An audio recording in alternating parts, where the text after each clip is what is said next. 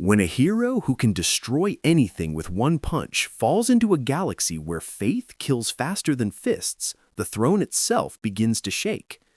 The air tastes like incense and ash, and every soul kneels to a dying god who hasn't moved in 10,000 years.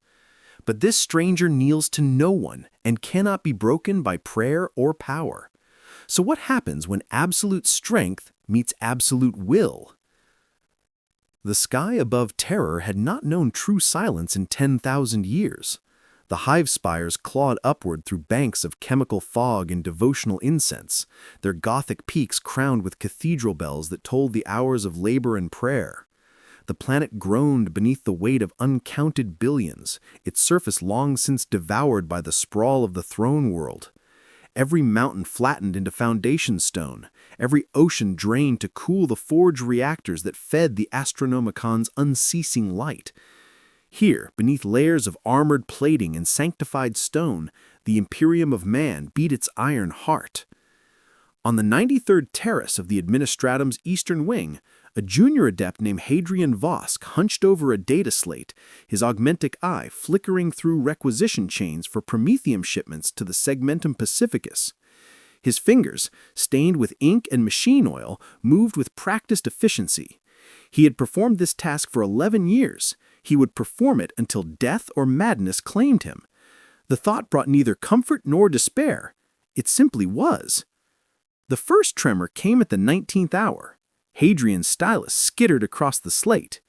Around him, 300 other adepts looked up from their stations. Servitors froze mid-calculation.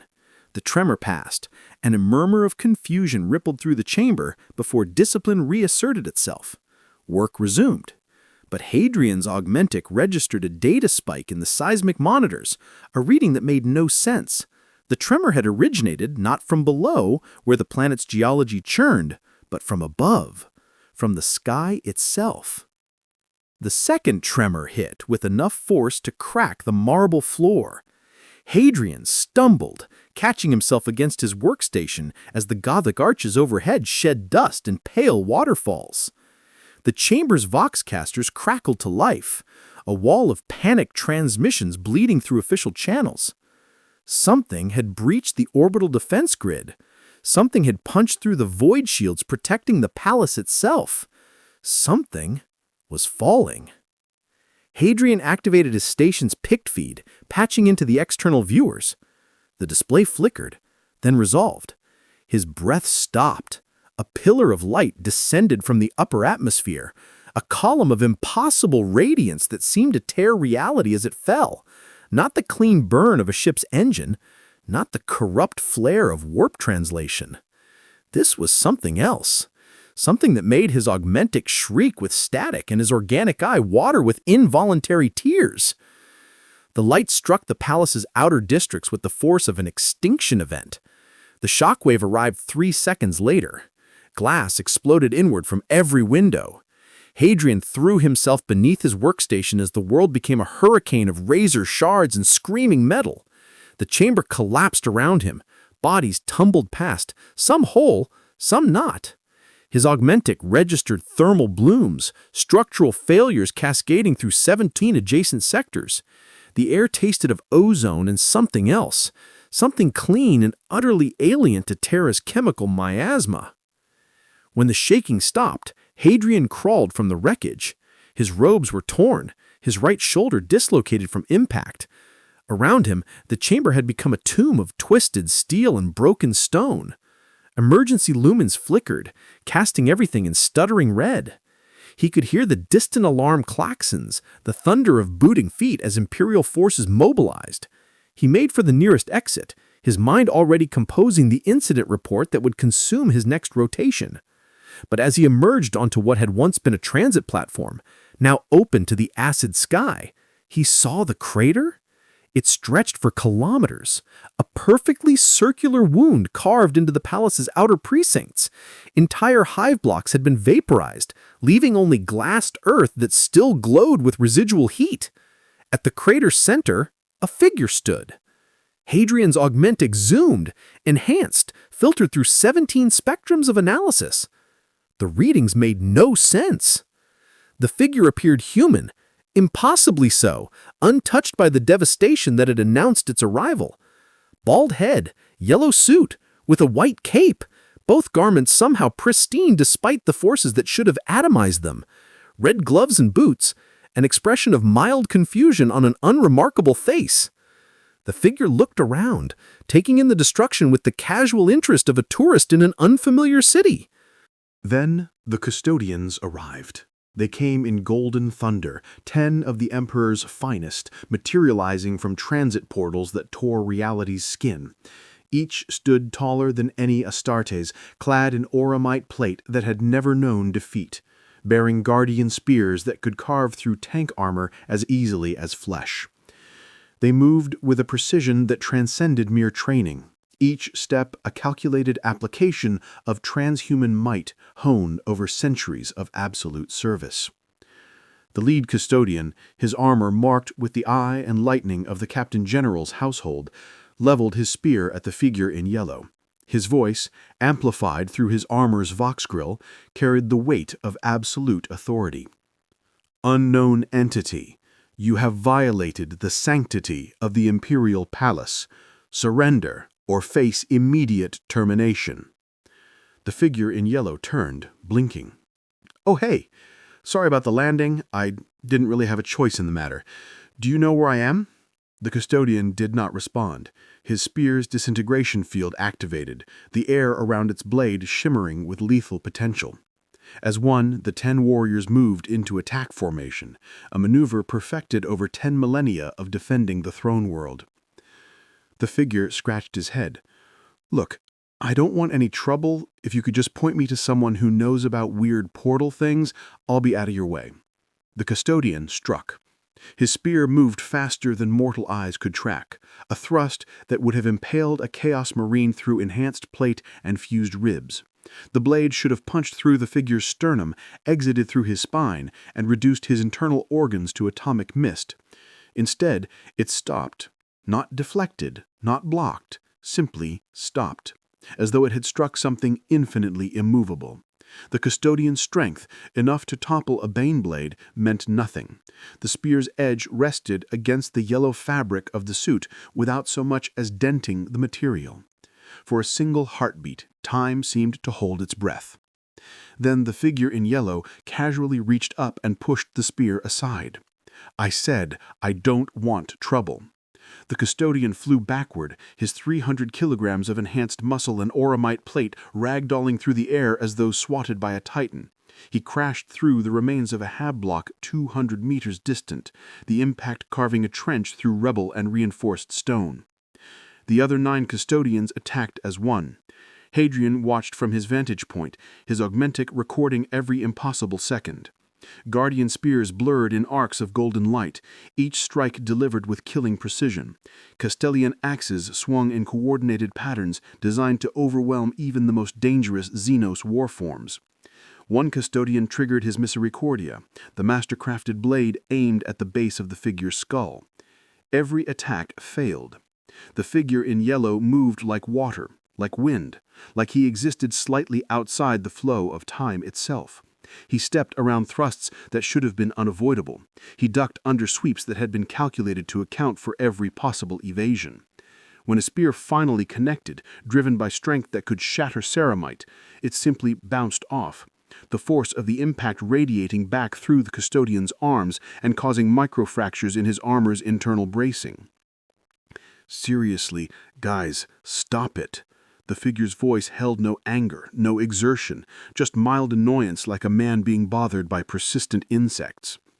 A custodian triggered his spear's integrated bolter, firing a 3-round burst at point-blank range. Each bolt, a mass-reactive shell capable of blowing apart a human torso, struck the figure's chest and detonated. The explosion washed over him like a gentle breeze. Through the smoke, the figure in yellow sighed. Then he raised one gloved hand and flicked his finger. The custodian who had fired simply ceased to exist as a coherent entity. His armor folded like paper, his enhanced skeleton compressed to powder, his centuries of training and loyalty reduced to a wet red smear that painted the ground for 50 meters. The force of the casual motion generated a pressure wave that knocked the other 8 warriors off their feet. Hadrian felt his stomach heave. He had seen death. He had reviewed casualty reports from 1,000 war zones, but this was different. This was a custodian, one of the 10,000, the Emperor's own chosen guardians, and he had been destroyed as casually as a man might crush an ant. The remaining custodians rose, their armor's auto-senses screaming warnings, their tactical networks flooded with contradictory data. They reformed their line, weapons raised, but something had changed. Hadrian could see it even from this distance. The perfect confidence that had defined their movements was gone, replaced by something they had never known: uncertainty. The figure in yellow looked at his gloved hand, then at the spreading stain where the custodian had been. His expression shifted to one of genuine regret. "I told you to stop." Before anyone could respond, the sky split open. A golden light, different from the column that had heralded the figure's arrival, erupted from the palace's heart. It was psychic fire given form, the radiance of a soul so vast it made mortal minds reel in sympathetic agony. Hadrian's augmentic shut down automatically, its circuits unable to process the sheer magnitude of what it was attempting to record. His organic eye saw only searing gold and felt the pressure of a will that could bend reality itself. The Emperor of mankind had turned his attention to this disturbance. Across Terra, every psyker felt the shift. Astropaths screamed and bled from their empty sockets. Sanctioned telepaths fell into seizures as their wards burned away like paper before a furnace. Even the Astronomicon flickered, its light wavering for the first time in recorded history, as the being who powered it diverted a fraction of his terrible focus. The golden light condensed and took shape. Not a physical manifestation, the Emperor's body remained locked in its eternal vigil upon the golden throne, kept alive by the sacrifice of 1,000 psykers daily. But his psychic presence was no less real for being immaterial.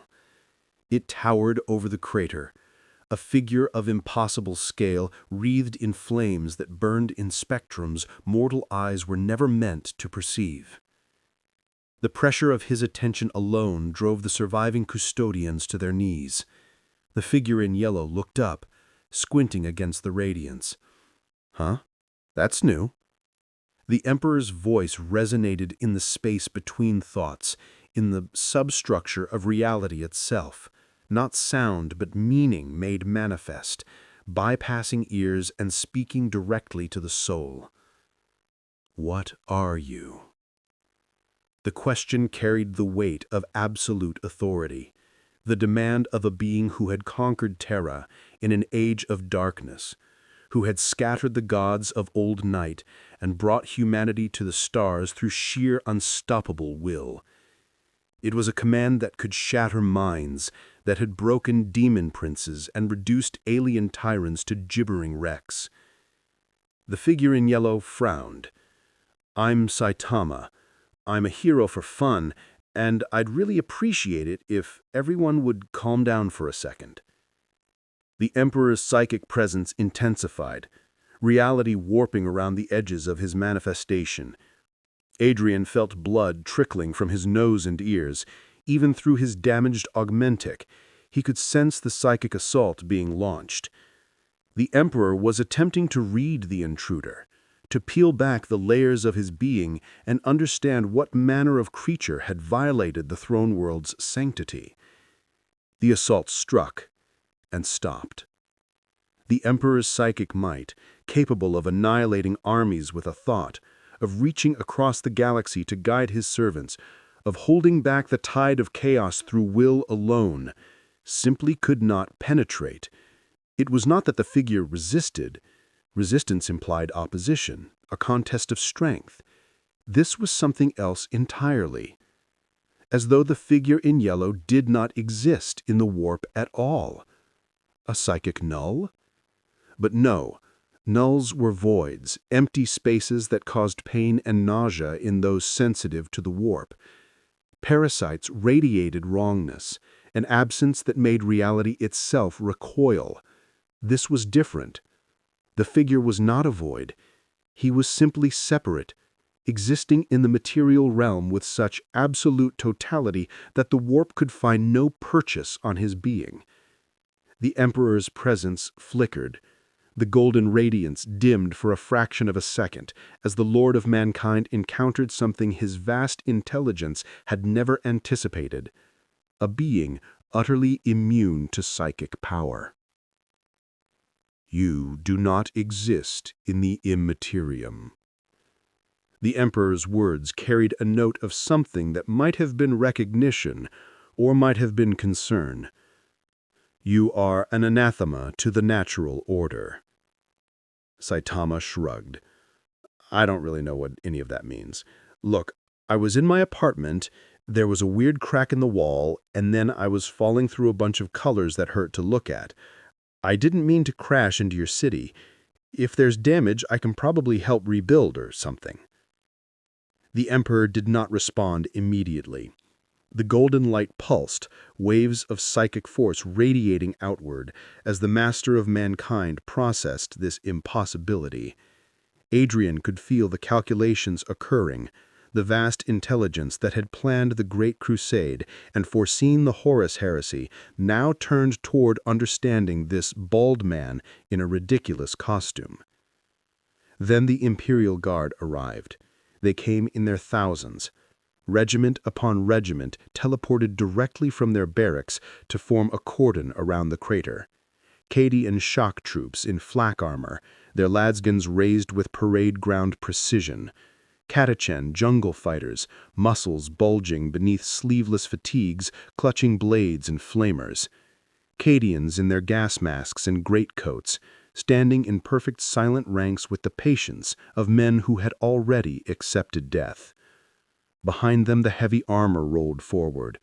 Lehman Russ battle tanks, their turrets swiveling to target the figure at the crater's center.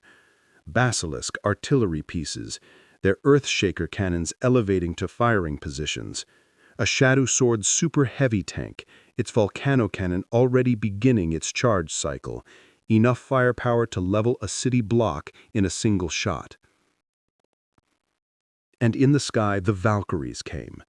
Gunships by the hundred, their multi-lasers and rocket pods armed and tracking.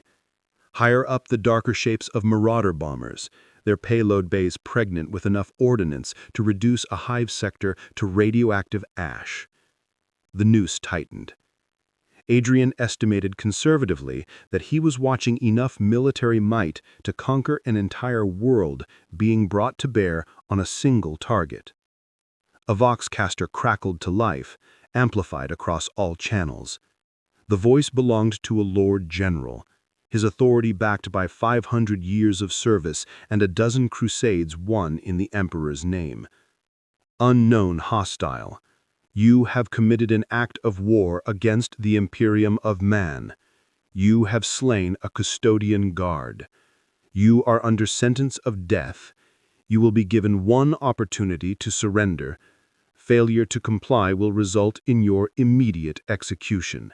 You have 10 seconds.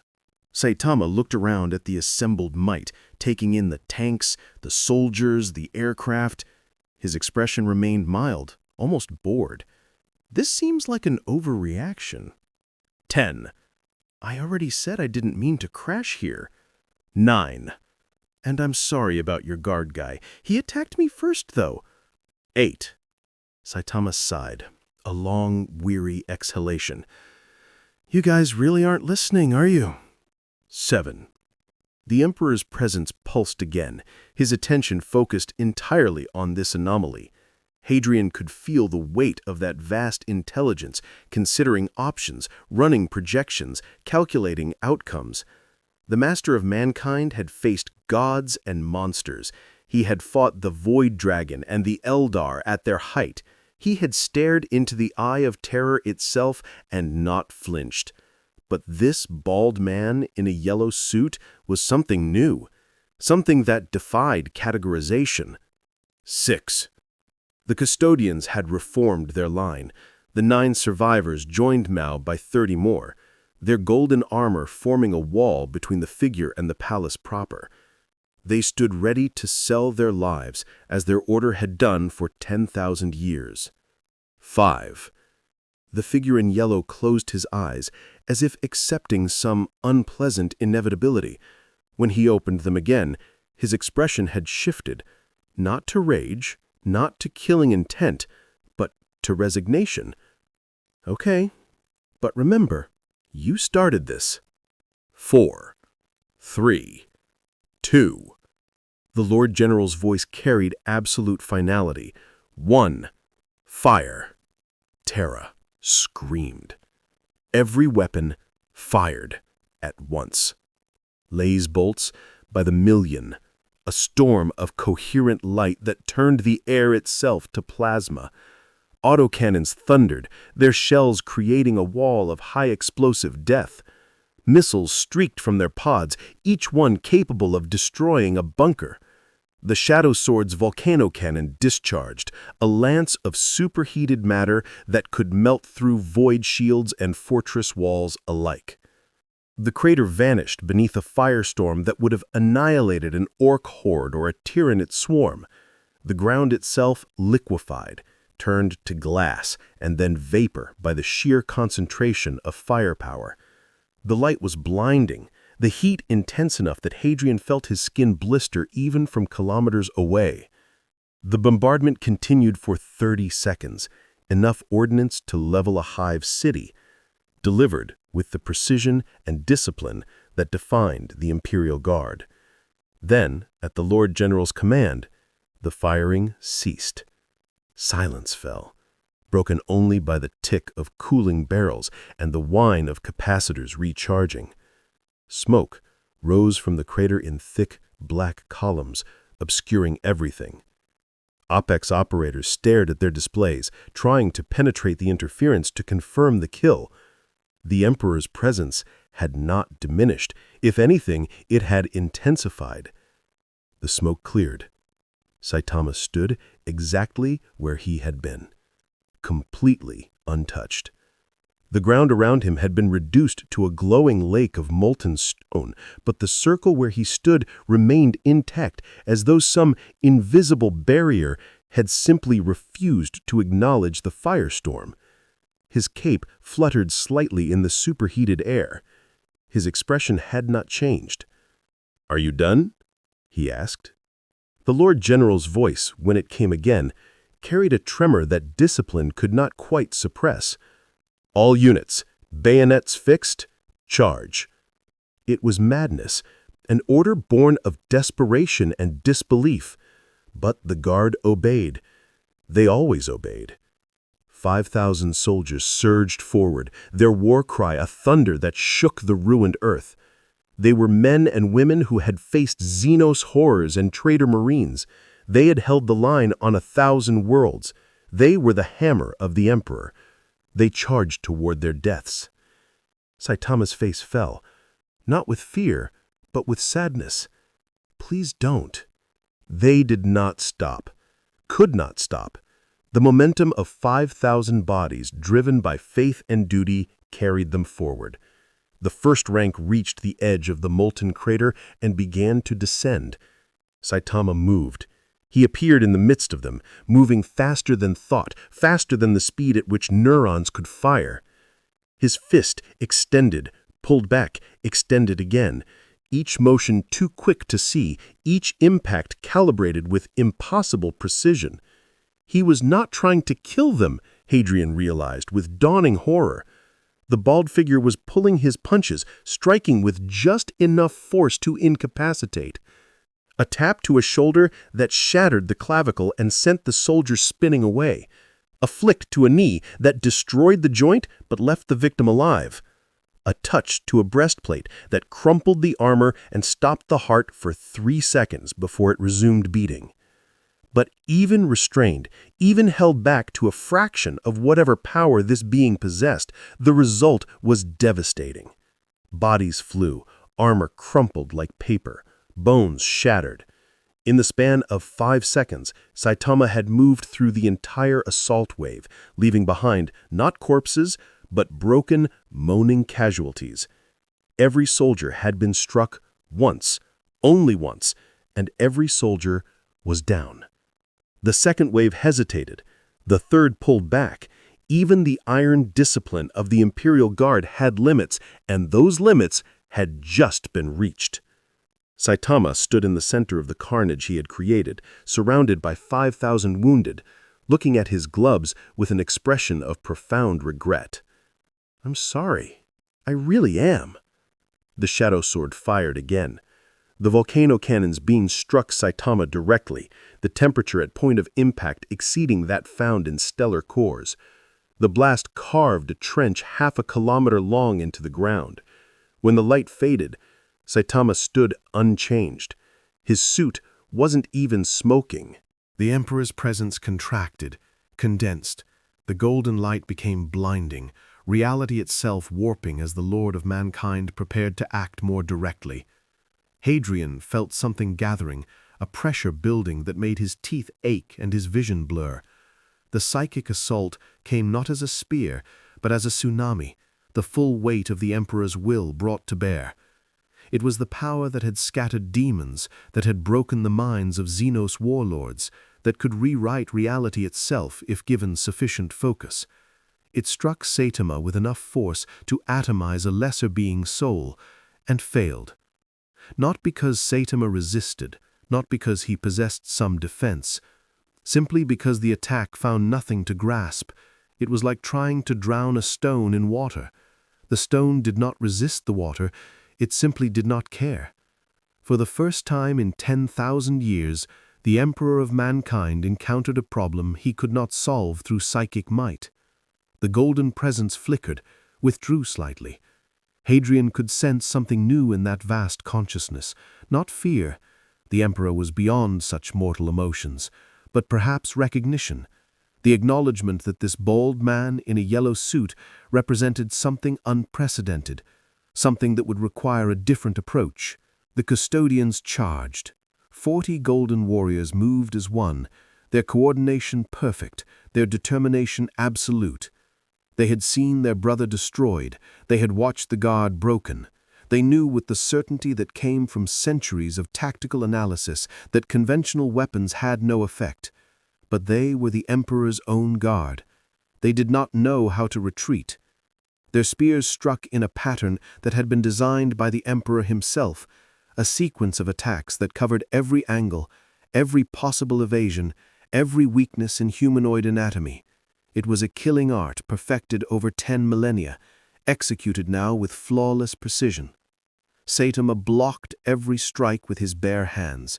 Auramite blades edged with disintegration fields struck flesh and bounced away. Guardian spears, empowered by technology that dated to the Dark Age, found no purchase. The custodians pressed their attack, their enhanced minds processing the impossible reality and adapting, searching for any weakness, any opening. There was none. Saitama caught a spear mid-thrust.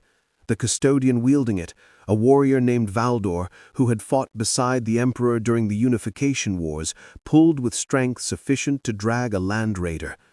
The spear did not budge. Saitama looked at him, those bored eyes meeting the lenses of the golden helm. "I don't want to hurt you," Saitama said. Valdor triggered his spear's inbuilt bolter, firing directly into Saitama's face from a distance of 30 centimeters. The bolt rounds ricocheted off, one striking Valdor's own pauldron and leaving a crater in the Auramite. Saitama sighed, then pulled the spear from Valdor's grasp with a gentle tug that snapped the custodian's wrists despite his desperate attempt to hold on. Another custodian swung his axe in a two-handed arc that would have bisected a dreadnought. Saitama caught the blade between two fingers, stopping the weapon cold. The custodian's arms broke from the sudden deceleration, radius and ulna shattering despite the enhanced bone structure. "Stop attacking me," Saitama said, his voice carrying a note of pleading. "Please." They did not stop. They could not stop. They were the Adeptus Custodis, the Emperor's chosen. Failure was not a concept they could accept. Saitama moved through them like a surgeon, each action precise and economical. He disarmed one by flicking the spear hard enough to tear it from enhanced grip and embedded 3 meters deep in solid stone. He disabled another by tapping the knee joint of his armor, the impact crumpling the Auramite and destroying the leg beneath without killing the warrior. A third he stopped by placing a palm on the custodian's chest and simply pushing. the gentle motion sending the warrior flying backward to crash unconscious into a pile of rubble. In 15 seconds, 40 custodians lay broken or incapacitated, not dead, if Saitama could help it, but removed from the fight with a totality that spoke to overwhelming superiority. Saitama stood alone again, his breathing unchanged, his posture relaxed. He looked up at the golden presence that still dominated the sky, that vast psychic manifestation of the Emperor's will. "Are we done now? Can we talk?" he asked. The Emperor's response was not words, it was action. The psychic presence condensed further, becoming almost solid, taking on the shape of the master of mankind as he had appeared during the Great Crusade. A figure 3 meters tall, clad in golden armor that made the custodian's plate look crude by comparison. A face of terrible beauty, ageless and perfect, with eyes that held the weight of 30,000 years of existence. In one hand, the burning blade, a sword of psychic fire that had never known defeat. This was as close to a physical manifestation as the Emperor could achieve while his body remained bound to the golden throne, a projection given form through sheer force of will, sustained by psychic might that could shatter planets. The Emperor regarded Saitama with those ancient eyes, and Saitama looked back, without fear, without awe. Two beings who should not have been able to meet, standing in the ruins of Terra's sacred precincts. "You are not of this universe," the Emperor's words carried absolute certainty now. "You fell through a tear in reality that should not exist." Saitama nodded. "Yeah, that sounds about right. So, if you know a way to send me back, I'd appreciate it." "There is no way back." The Emperor's sword ignited, flames that burned in colors that had no names wreathed the blade. "You are a danger to the material realm. Your very existence weakens the barriers that hold back chaos. You must be destroyed." "I haven't done anything wrong," Saitama protested. "I'm just lost." "Your intentions are irrelevant." The Emperor raised his sword. "The galaxy cannot afford your presence. I have seen what will come if you remain. Reality itself will tear. Demons will pour through the wound your arrival has created. Trillions will die."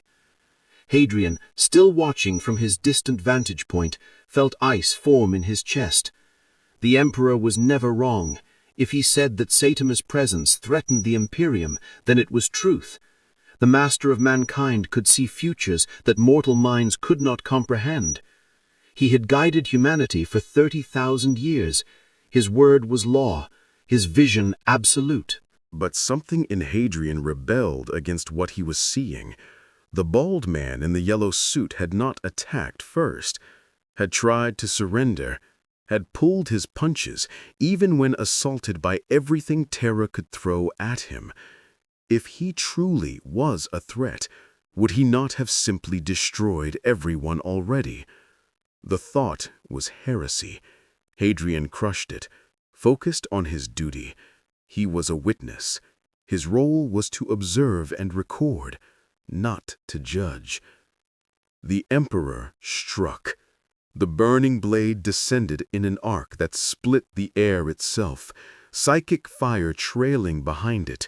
The blow carried the weight of absolute conviction, 10,000 years of war and sacrifice focused into a single, perfect motion. It was a strike that had beheaded daemon princes and shattered orc war bosses. The blade could cut through any defense, burn through any ward, destroy any foe. Saitama caught it in his bare hand. The blade stopped. Its edge pressed against his palm, the psychic flames washing over him without effect. Saitama's expression shifted from resignation to something that might have been irritation. "I said, I don't want to fight you." The Emperor pushed, channeling more power into the blade. The flames intensified, white-hot, reality screaming as the psychic pressure built. The ground beneath them cracked, fissures spreading outward. The air caught fire. Hadrian's augmentic shattered completely, overwhelmed by the energies being unleashed. Saitama's hand did not budge. The Emperor's other fist drove forward, a punch that carried transhuman strength amplified by psychic might. It should have caved in Saitama's chest, pulped his heart, driven his shattered ribs through his spine. Saitama blocked it with his free hand. The impact generated a shockwave that flattened every structure within a kilometer radius.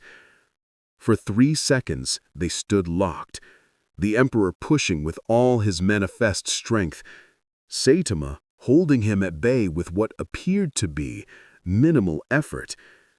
The psychic pressure was enough to drive nearby guardsmen into seizures, to crack custodian armor from stress alone. Then, Saitama pushed back. The Emperor's projection stumbled, forced backward for the first time. Surprise flickered across that perfect face, quickly masked. He released the blade, letting it dissipate, and struck with both fists in a combination that moved faster than mortal eyes could perceive.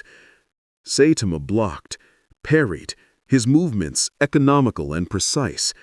He was not fighting back, not truly, just defending, turning aside each strike with the minimum necessary force. "Stop it," Saitama said. "I don't want to hurt you." The Emperor's assault intensified. Strikes that could shatter tank armor rained down in combinations that drew upon 30 millennia of martial expertise. Each blow was calculated, delivered with perfect precision, backed by strength that conquered old Earth and led humanity to the stars. None of them connected cleanly. Saitama's defense was absolute, his perception and reaction time operating on a level that made even the Emperor's transhuman speed seem ordinary. Then, the Emperor changed tactics. He ceased the physical assault and instead unleashed pure psychic force, a wave of telekinetic pressure meant to crush Saitama at the molecular level, to compress his atoms until they collapsed into exotic matter. The attack washed over Saitama like rain off stone. The Emperor tried another approach, attempting to ignite the air in Saitama's lungs, to boil his blood, to stop his heart. Each psychic assault failed to find purchase, slipping away from a being that simply existed too completely in the material realm to be affected by warp-spawned power. Saitama's expression hardened. "I'm asking nicely. Please stop." The Emperor did not stop. He could not stop. The master of mankind had not endured 10,000 years of suffering, had not sacrificed everything to protect humanity, only to be thwarted by an anomaly. He gathered his power, drawing on the Golden Throne's vast reserves, channeling the energy of 1,000 dying psychers, preparing an assault that would unmake Saitama at the fundamental level. Saitama's fist moved. Not a punch, not yet. A warning. A jab that stopped a millimeter from the Emperor's projection. The displaced air generated a sonic boom that shattered windows across half of Terra. "Last chance," Saitama said quietly. The Emperor's eyes narrowed. He recognized the threat now, understood with sudden clarity that this bald man was capable of delivering on it. But the master of mankind had never known how to back down, had never surrendered in 30,000 years of existence. He attacked with everything he had. Psychic fire erupted in a sphere 3 kilometers across, temperatures exceeding those found at stellar cores, pressure that would have crushed a titan into scrap. Lightning arced from the Emperor's hands, each bolt carrying enough voltage to power a hive city. The ground liquefied, then vaporized, as the Emperor poured out his wrath. Through it all, Saitama walked forward untouched. The Emperor's projection flickered, the strain of maintaining this level of output beginning to tell even on his vast reserves. But he did not relent. channeling more and more power, burning through the psychic fuel that kept the Astronomicon lit and held back the demons clawing at the webway gates beneath the palace. Saitama reached him through the firestorm, placed one gloved hand on the Emperor's chest, and said, "I'm sorry, but you're not listening." He pushed. The Emperor's projection shattered, exploding into fragments of golden light that faded like dying stars. The psychic backlash was catastrophic, a wave of mental anguish that swept across Terra and killed 3,000 astropaths instantly. In the throne world's depths, servitors collapsed at their stations. Custodians fell to their knees, clutching their heads. Even the great machines that sustained the Emperor's dying form shuddered and groaned.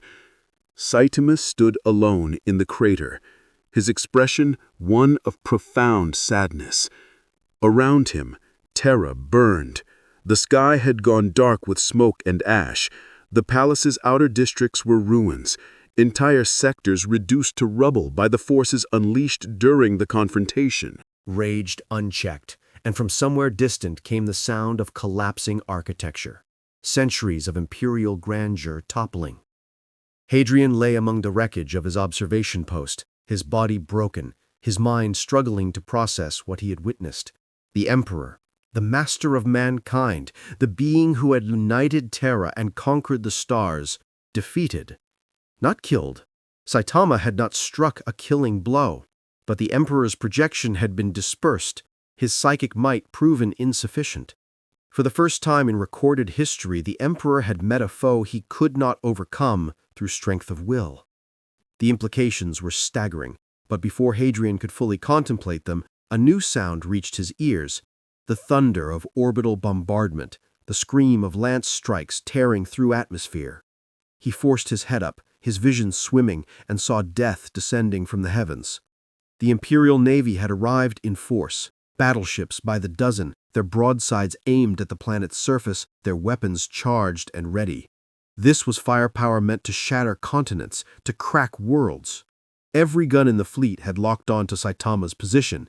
The Lord Admiral's voice boomed across every Vox channel, transmitted across the entire planet. "By the authority vested in me by the God Emperor of mankind, I hereby order exterminatus fire." The sky became light, lance strikes by the hundred, each one a spear of coherent energy capable of punching through a battleship's armor. Macro cannon shells the size of hab blocks moving at a significant fraction of light speed. Cyclonic torpedoes, their warheads armed with virus bombs and atmospheric incendiaries. This was not a measured military response. This was the Imperium's answer to threats that could not be allowed to exist. The bombardment struck the palace districts with apocalyptic force. The ground itself jumped, tectonic plates shifting from the impact.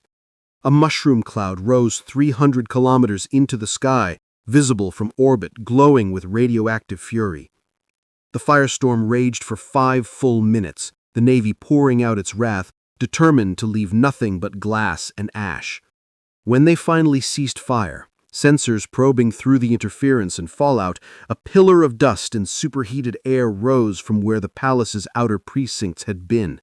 The devastation was absolute, an area larger than most hive cities reduced to a crater of molten rock, still glowing white-hot. Auspex returns showed no life signs. The Lord Admiral hesitated, then ordered a second barrage, this one focused and precise, a lance strike meant to confirm the kill to ensure that whatever that thing had been, it was truly destroyed. The lance beam descended, a column of destructive light bright enough to be seen across the hemisphere. It struck and was deflected. Saitama stood at the crater's center, one hand raised, the lance strike splitting around him like water around a stone. The beam carved trenches into the already devastated earth, but Saitama himself remained untouched, his yellow suit somehow pristine despite standing at the focus of enough energy to boil an ocean. He lowered his hand, looked up at the orbiting warships, and his expression was no longer sad, it was angry. Hadrian had seen anger before. He had witnessed officers raging at incompetent subordinates, soldiers screaming their defiance at Zeno's foes, even Astartes giving voice to their wrath. But this was different. This was not hot fury, not the explosive rage of combat. This was cold, controlled, the anger of a being who had tried patience and found it wanting. Saitama bent his knees slightly, a stance that seemed almost casual. Then he jumped. The ground exploded beneath him, a crater within the crater, as Saitama launched himself skyward with enough force to register on seismographs across the entire planet. He accelerated, punching through the atmosphere in seconds, leaving a tunnel of superheated air in his wake. The orbital sensors tracked him barely. The Navy's targeting cogitators struggled to compute his trajectory, his speed, the sheer impossibility of what they were seeing. Alerts screamed across every bridge as they realized where he was going. Straight up, directly toward the fleet. The Lord Admiral, a veteran of 3 Black Crusades, made the only decision he could. All ships, evasive maneuvers, full broadside on my mark. The battleships began to turn, their massive hulls ponderous but responsive, void shields flickering to full power. Their weapons tracked the ascending figure, waiting for it to come into optimal range. Saitama reached them in under a minute.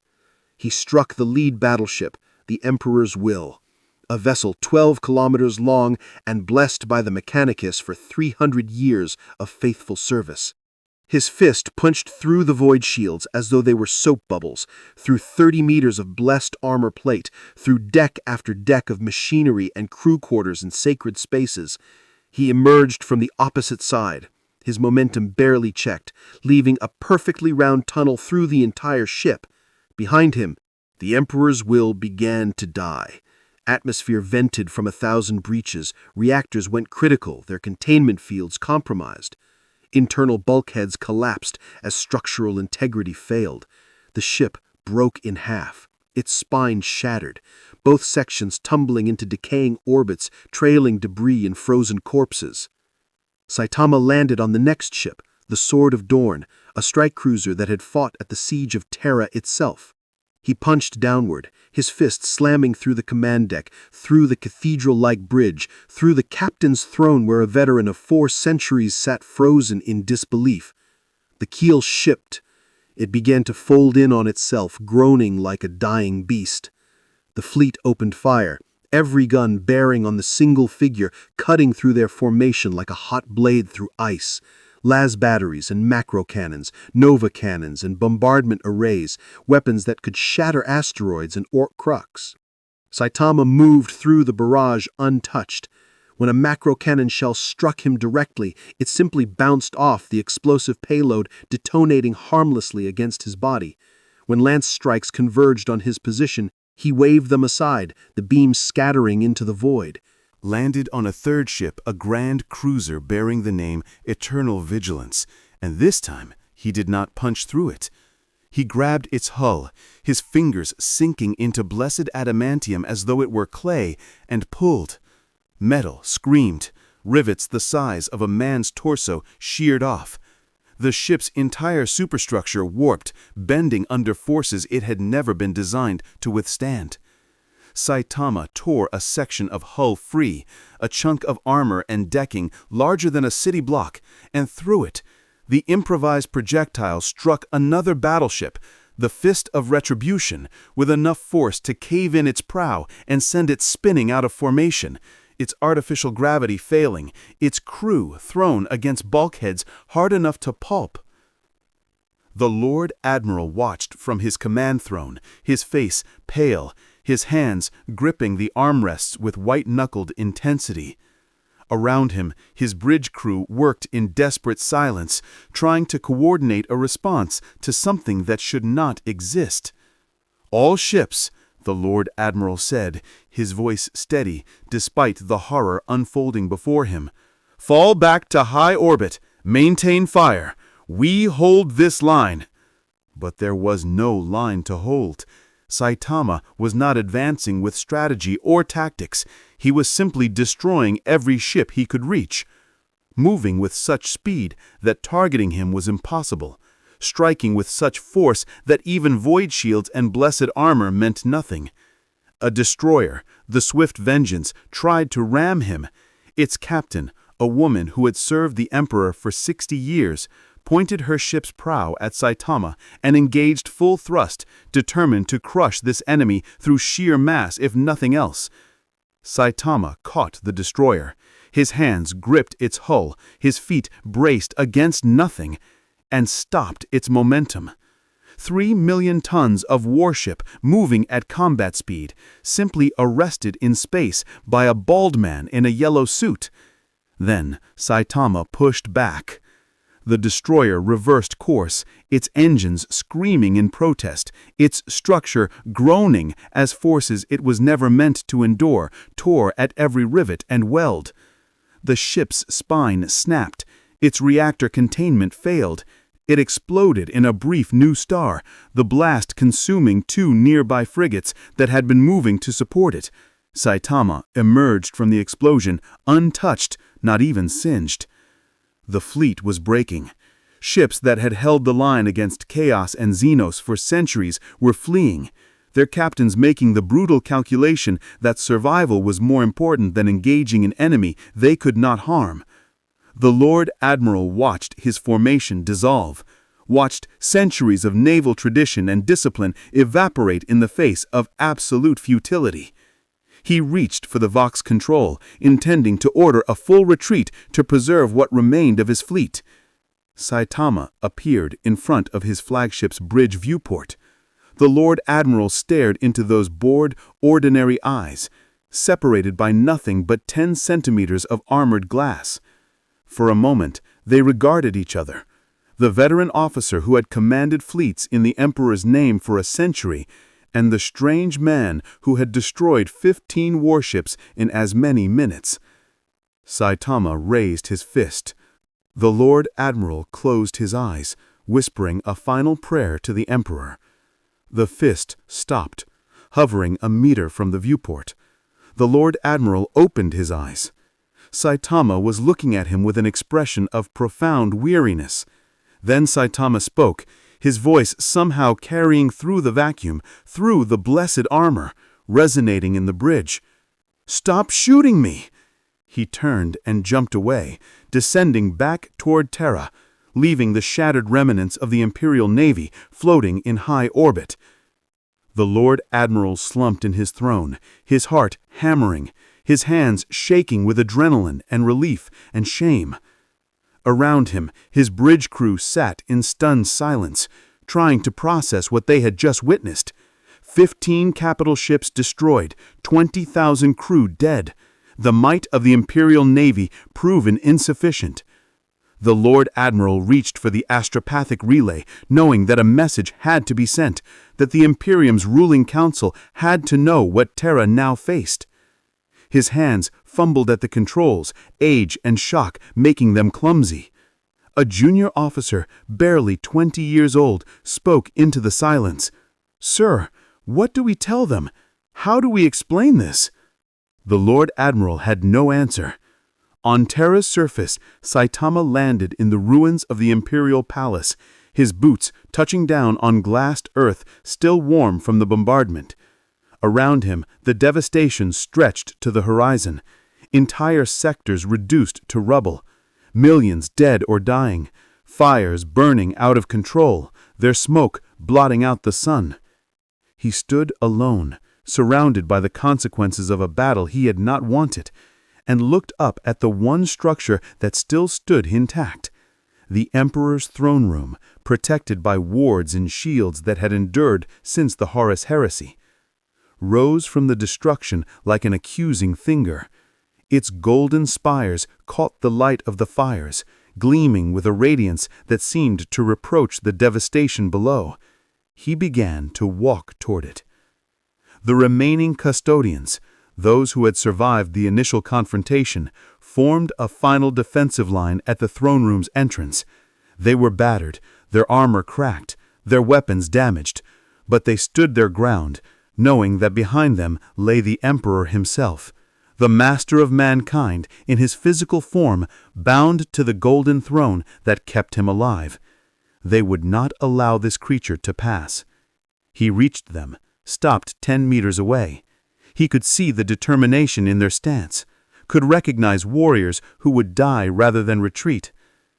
"I don't want to fight you. I just want to talk to him to see if there's a way to fix this." The custodian captain general, a warrior who had guarded the emperor for 3,000 years, stepped forward. His voice, amplified through his helm's vox grill, carried absolute conviction. "There is no negotiation, no surrender. You have violated the throne world, slain the emperor's servants, and brought ruin to Terra. For these crimes, there is only one sentence: death." "I've been trying not to kill anyone," Saitama said, frustration creeping into his voice. "You keep attacking me. I just want to go home." "You have no home here. You are an abomination, an anomaly that threatens the very fabric of reality. You are a wound in the material realm, a tear that grows wider with every moment you exist. If you remain, you will destroy everything." Saitama's expression hardened. "That's not true. I'm just a guy who ended up in the wrong place." "You are a paradox, a being of such physical magnitude that reality warps around you. Your very presence weakens the barriers between the materium and the immaterial." The Captain General's spear began to glow with activation. "You are a catastrophe given form, and you must be stopped."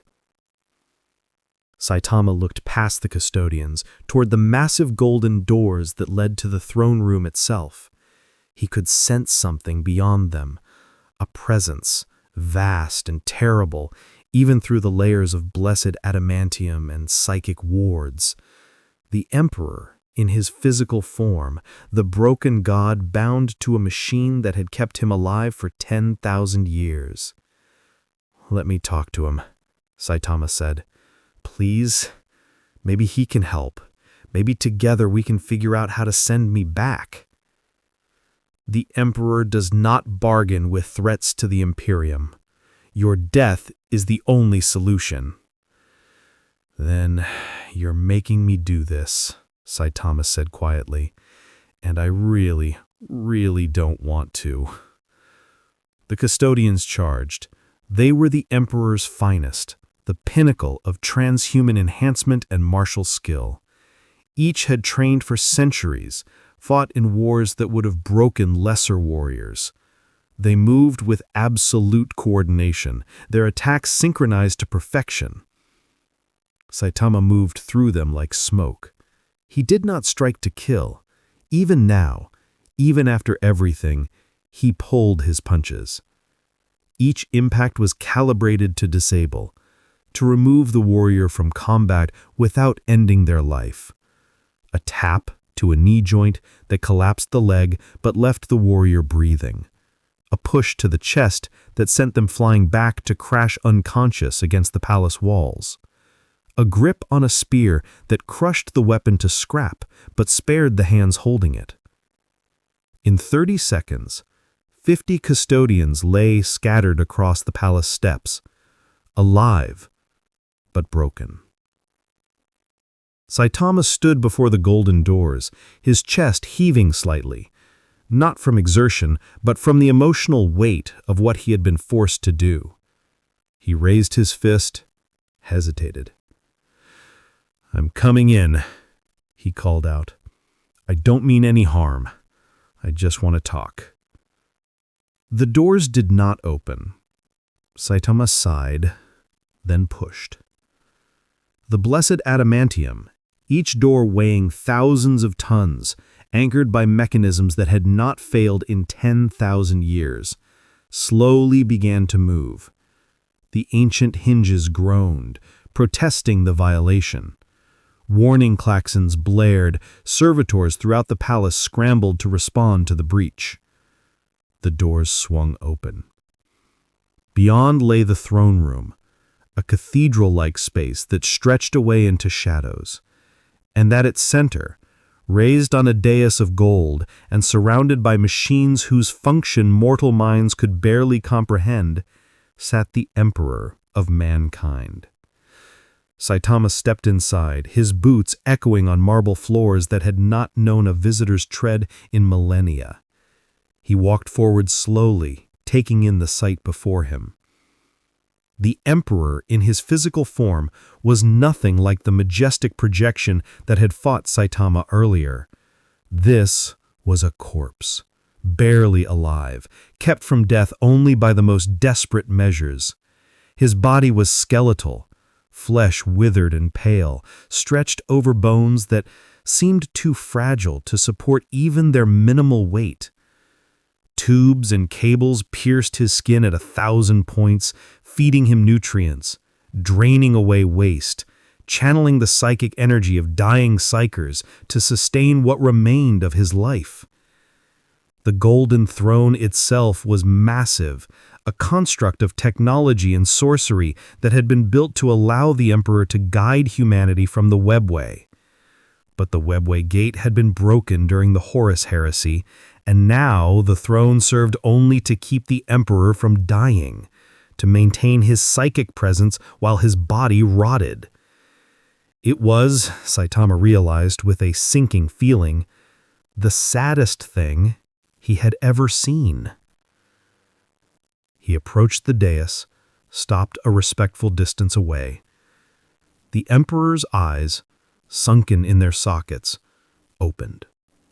They still held that terrible intelligence, that vast awareness that had guided humanity for 30,000 years. But they also held pain, suffering that had endured for 10 millennia without relief. Saitama bowed slightly, an instinctive gesture of respect toward suffering. "I'm sorry. I'm sorry for all of this. I didn't mean for any of it to happen." The Emperor's voice, when it came, was not the thunderous psychic pronouncement from before. It was a whisper, forced through a throat that had not known water in centuries, speaking out loud for the first time in 10,000 years. "Why do you apologize?" The effort of speech clearly cost him. Machines around the throne screamed warnings. Servitors rushed to adjust nutrient flows and psychic dampeners. But the Emperor ignored them. His attention focused entirely on the bald man in the yellow suit. "Because I hurt your people. Because I wrecked your city. Because I didn't listen when they tried to explain." He paused. "And because you're in pain, and I hate seeing people in pain." The Emperor's eyes narrowed. "You are a threat. Your captain said that, about reality tearing or something?" Saitama shook his head. "But I don't feel any different." Saitama's expression fell.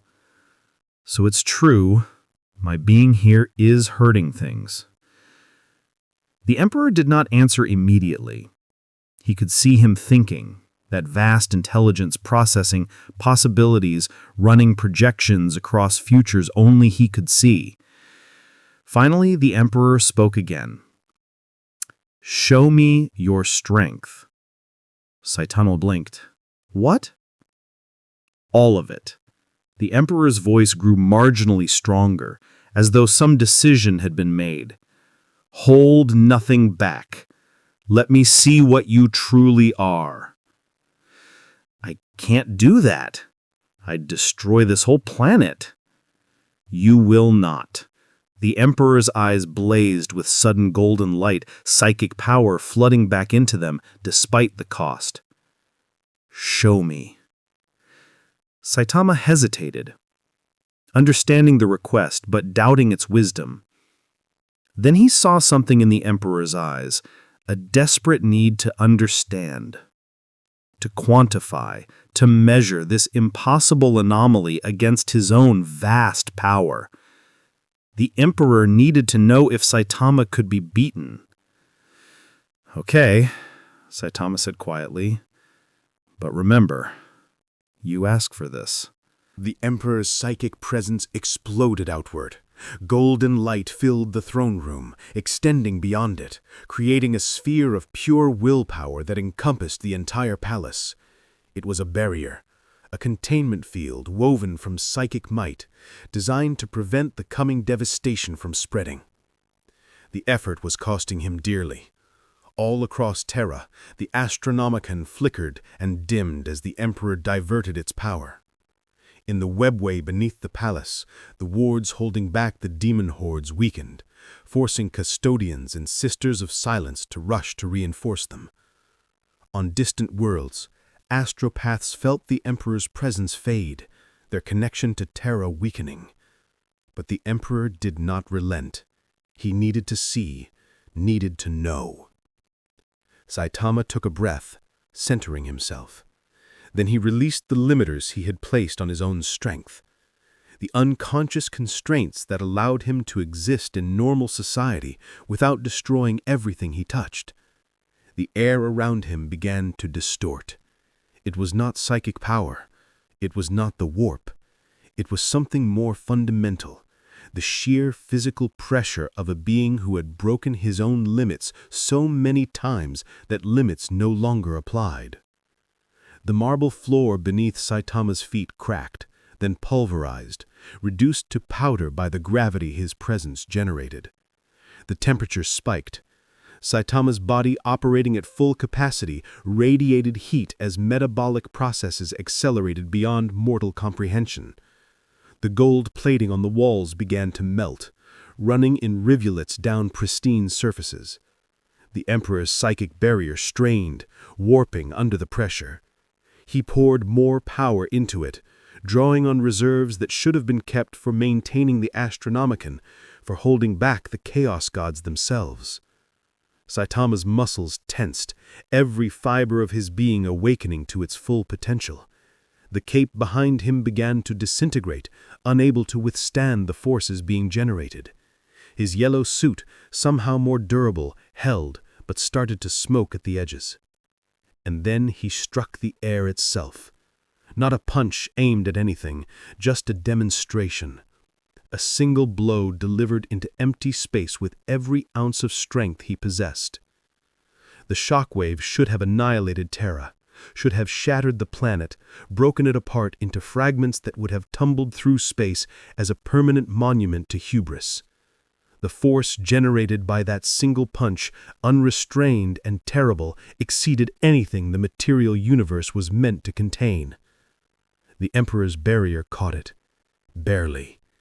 The psychic containment field blazed with light bright enough to be seen from orbit, from neighboring systems. It held for a microsecond, then began to crack. The Emperor screamed, a psychic shriek of agony that echoed across the galaxy. Every psyker alive felt it, a spike of pain that drove thousands mad. The Golden Throne's machinery overloaded, servitors exploded in showers of sparks. The nutrient feeds caught fire. Warning klaxons blared at volumes that shattered eardrums. But he held. Through sheer indomitable will, through 30,000 years of existence and 10,000 years of suffering, the Emperor held the barrier intact, the shockwave dispersed. Its energy bled away into the warp itself, where it would cause storms and anomalies for decades to come. Saitama immediately powered down, horror written across his face. "Are you okay? I told you not to do that." The Emperor slumped in his throne, his body smoking, his flesh charred in places where the psychic feedback had manifested as physical damage. The machines around him screamed warnings. Servitors rushed to administer aid. For a terrible moment, it seemed the master of mankind might finally die, his body unable to sustain the damage it had just endured. Then his eyes opened again, and in them was not pain. It was understanding. "I see." The Emperor's voice was weaker now, barely a whisper. "You are not a god, not a demon, not anything the universe was meant to contain." "I'm just a hero. I'm just a guy who trained really hard." "No." The Emperor's eyes held a terrible sadness. You are a paradox, a being who should not exist. Your power has no source, no limit, no logic. He paused, gathering strength for the next words. You are what I sought to become, and failed. I don't understand. I was born human. I became more through will and science and the warp. The Emperor's breathing was labored, each word costing him. But I am still bound by rules, by laws. You are not. You transcend physics itself. Can you send me home? Saitama asked, the question plaintive, almost childlike. The Emperor closed his eyes. No, the rift that brought you has closed, and even if I could open it, the effort would kill me, destroy Terra, doom humanity. Saitama felt something cold settle in his chest. So I'm stuck here unless you die. The Emperor opened his eyes again, meeting Saitama's gaze. And we both know nothing here can kill you. They stood in silence, the corpse god and the bald hero, both trapped by circumstances beyond their control. The Emperor bound to a throne for 10,000 years, slowly dying while his imperium rotted around him. Saitama torn from his world and stranded in a nightmare universe where his very existence threatened catastrophe. There has to be another way, Saitama said. There's always another way. The Emperor's lips moved in what might have been a smile. How very human of you. I am human. Yes, perhaps that is why. He paused, considering. There may be one option. Saitama leaned forward, hope flickering in his eyes.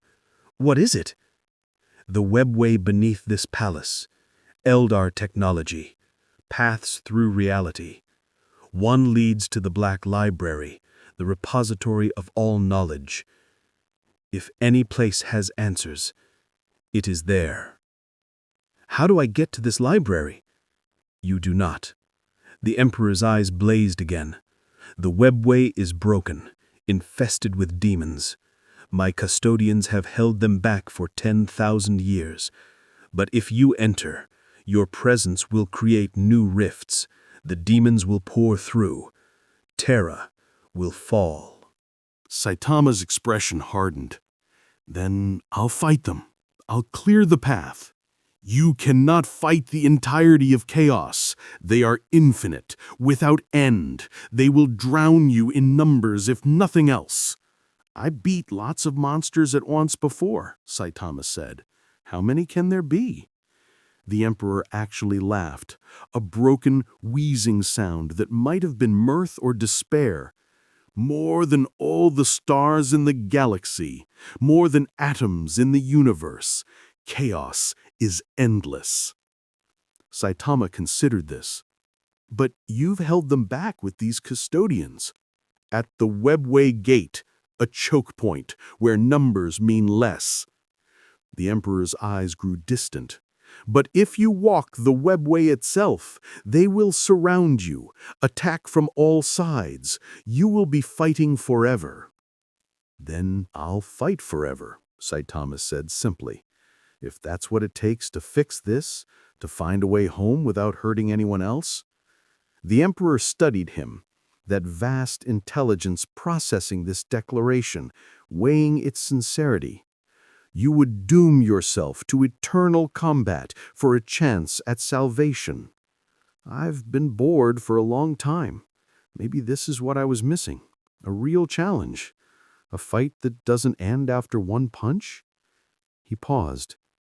And if it helps keep your people safe, that's even better. The Emperor closed his eyes, and when he spoke again, his voice carried a weight that went beyond mere words.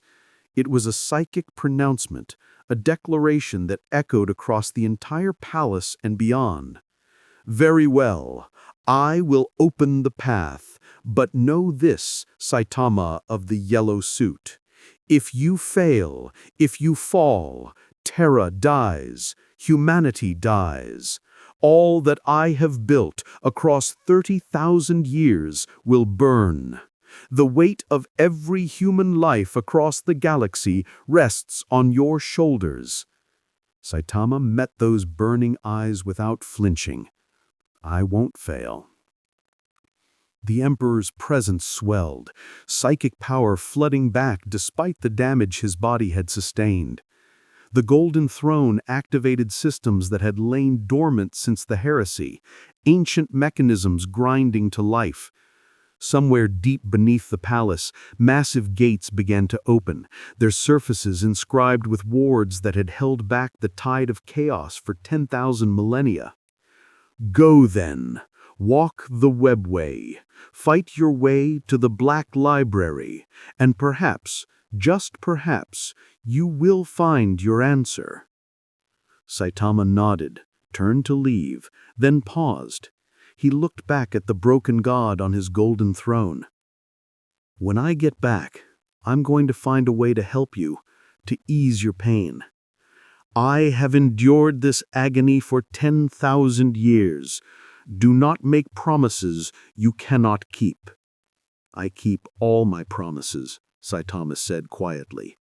Then he walked from the throne room, his cape disintegrated, his suit scorched, but his determination absolute. Behind him, the Emperor slumped in his throne, the effort of opening the webway already taking its toll. He reached out psychically, contacting the Captain General, giving orders, making preparations. If Saitama failed, the custodians would need to be ready to seal the breach, to hold the line one final time. But deep in his vast consciousness, in a place where even the Emperor's own awareness rarely ventured, a small spark of something long extinct flickered to life. Hope. Hadrian awoke to the sound of marching boots. He was lying on a Medicae slab, his body wrapped in regenerative bandages, tubes feeding him nutrients and stimulants. Around him, the emergency triage station bustled with activity as Medicae servitors worked to save those who could be saved and administer the Emperor's mercy to those who could not. A custodian stood nearby, his armor dented but functional, his presence a silent reminder that some duties transcended injury. When he saw Hadrian's eyes open, he approached. "Junior Adept Hadrian Vosk, you are being recalled to duty." Hadrian's throat was too dry for speech. The custodian seemed to understand, offering him water from a blessed canteen. After a few sips, Hadrian managed to croak out a question. "What happened?" "The entity has entered the webway at the Emperor's command. It seeks the Black Library, hoping to find knowledge that might return it to its origin point." The custodian's voice was level, professional, but Hadrian could detect the strain beneath it. "Your augmetic recording survived intact. The administratum requires your testimony for the official records." "How long was I unconscious?" 3 hours. In that time, the entity destroyed 15 capital ships, incapacitated 50 custodians, and forced the Emperor to divert power from the Astronomicon. The custodian paused. "You are the only civilian witness who survived the initial contact. Your account will be invaluable." Hadrian tried to sit up, his body protesting every movement. "The Emperor? Is he alive?" "Weakened, but alive. The opening of the webway required immense effort. He will need weeks to recover, if recovery is possible." The custodian's hand moved to his spear. "We have been ordered to prepare for the worst. If the entity fails, the demons will pour through. We will make our final stand here." "How long do we have?" "Unknown. The entity's progress through the webway cannot be tracked. It may take days, weeks, years." The custodian turned to leave, then paused. but the Emperor believes it will succeed. I do not know why. I do not understand his reasoning, but in 10,000 years of service, I have never known him to place false hope in an outsider." After the custodian left, Hadrian lay back on the slab, staring at the Medicae tent ceiling. His mind raced, trying to process everything he had witnessed. The bald man in the yellow suit, the devastation, the Emperor's desperate gambit. And now that same bald man is walking alone into literal hell, fighting an endless war, all for a chance to go home.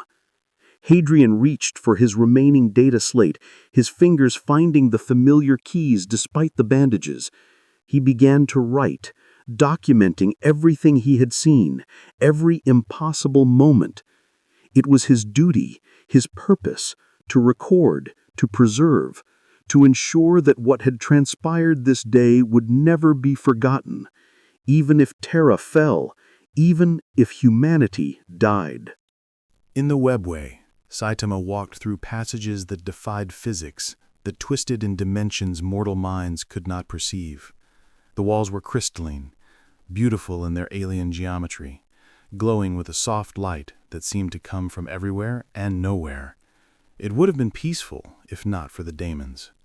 They came in the thousands, pouring from tears in reality, their forms shifting and impossible.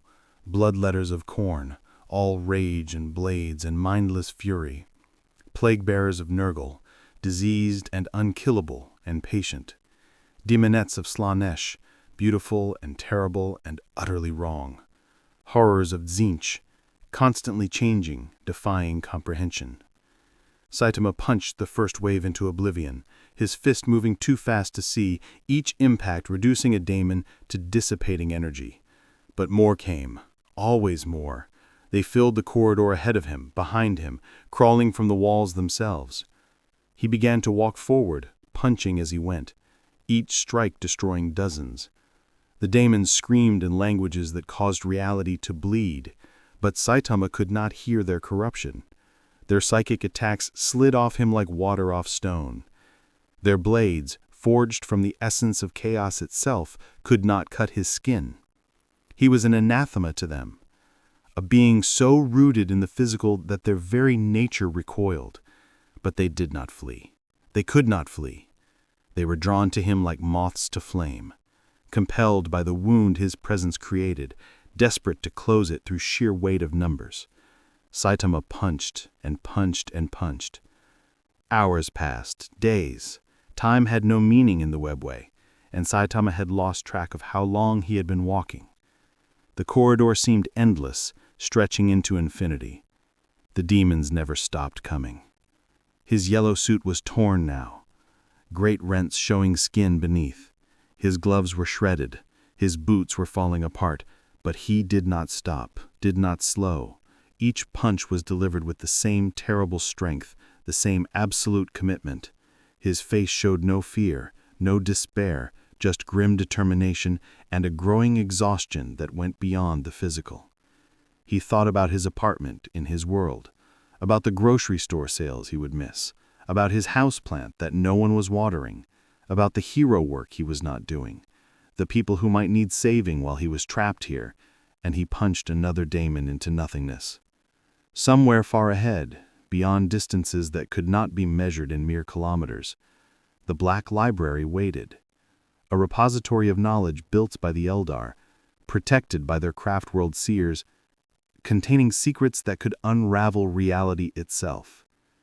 If Saitama could reach it, if he could fight his way through an infinite tide of chaos, if he could endure, he punched another daemon, then another, then another.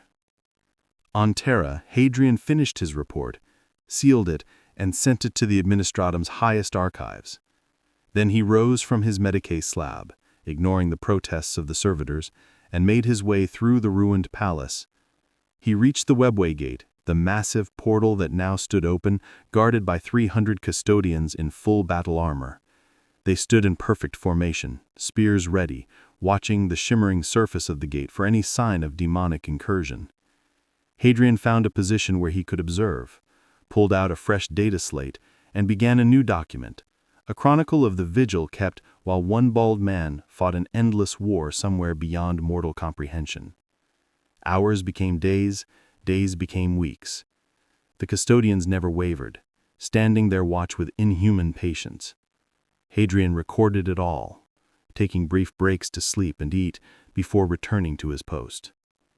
And in the webway, Saitama continued to walk, continued to fight. His suit was rags now, barely covering him.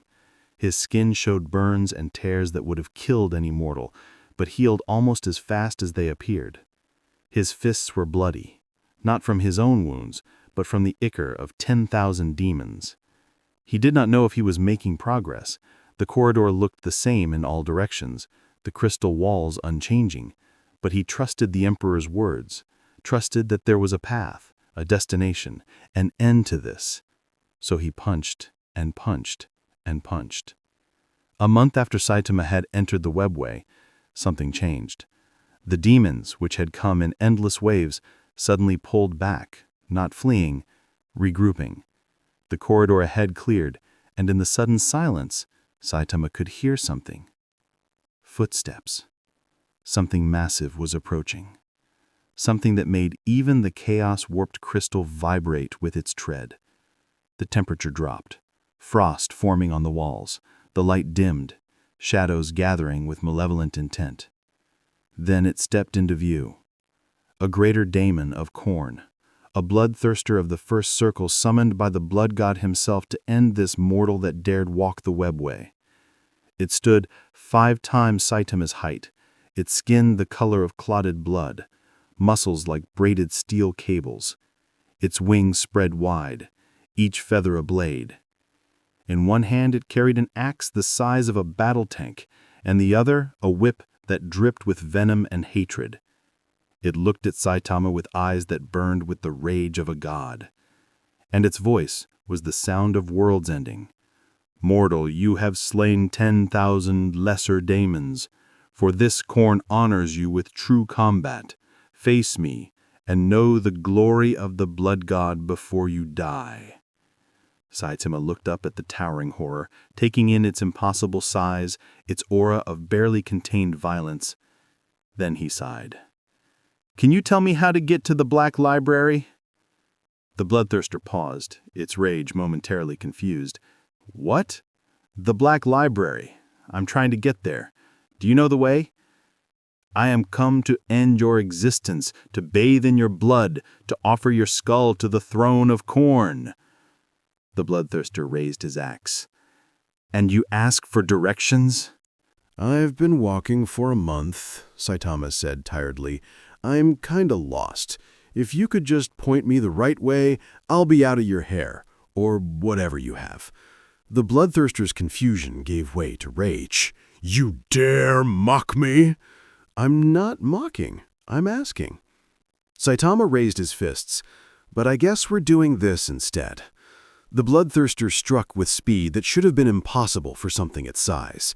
The axe descended in an arc that would have split a titan from crown to foundation, driven by strength that had shattered space marine companies and razed cities. Saitama caught the axe blade between his palms. The bloodthirster's eyes widened, an expression of shock crossing features that had never known surprise. It pulled, trying to free its weapon. The axe did not budge. Saitama's grip was absolute. "Let go," Saitama said. The bloodthirster roared, a sound that shattered the crystal walls, and swung his whip. The barbed length wrapped around Saitama's torso, its venom hissing against his skin, trying to burn through to the flesh beneath. Saitama simply grabbed the whip with one hand, while maintaining his grip on the axe with the other, and pulled. The bloodthirster, a being of immense mass and strength, was yanked forward off his feet. It tumbled through the air, its wings failing to catch it, and slammed into the ground hard enough to crater the crystalline floor. Before it could rise, Saitama was there. He looked down at the greater demon, his expression not angry, not triumphant, just tired. "I don't want to fight you. I don't want to fight anyone. I just want to go home." The bloodthirster's eyes blazed with renewed fury. It opened its mouth, preparing to unleash a torrent of warp fire that would have melted ceramite and boiled flesh. Saitama's punch ended the argument. The punch was not full strength, not even close, but it was enough. The bloodthirster's head snapped back, its neck breaking with a sound like thunder. Its body convulsed once, twice, then began to dissipate, banished back to the warp from which it had come. As it faded, Saitama thought he heard it speak one last time, its voice a whisper of grudging respect. "Khorne sees you." Then it was gone, and Saitama stood alone in the corridor once more. Around him, the lesser demons watched from the shadows, their endless assault paused by what they had just witnessed. A greater demon, a champion of Khorne, defeated in seconds. They did not attack, could not attack. Even creatures of pure chaos could feel the wrongness of this being, the fundamental impossibility that he represented. Saitama began walking again, and the demons parted before him, creating a path through their ranks. They watched him pass in silence, this bald man in tatters who had bested their greatest champion. And for the first time in their existence, the servants of chaos felt something they had never known: doubt. Saitama walked for another week through corridors cleared of opposition, the demons maintaining their distance, observing but not engaging. Then abruptly, the webway changed. The crystalline walls gave way to something else, something that hurt to look at. Architecture that existed in more dimensions than 3. Libraries that stretched into impossible distances, shelves filled with books whose pages contained knowledge that could drive mortal minds to madness. The Black Library.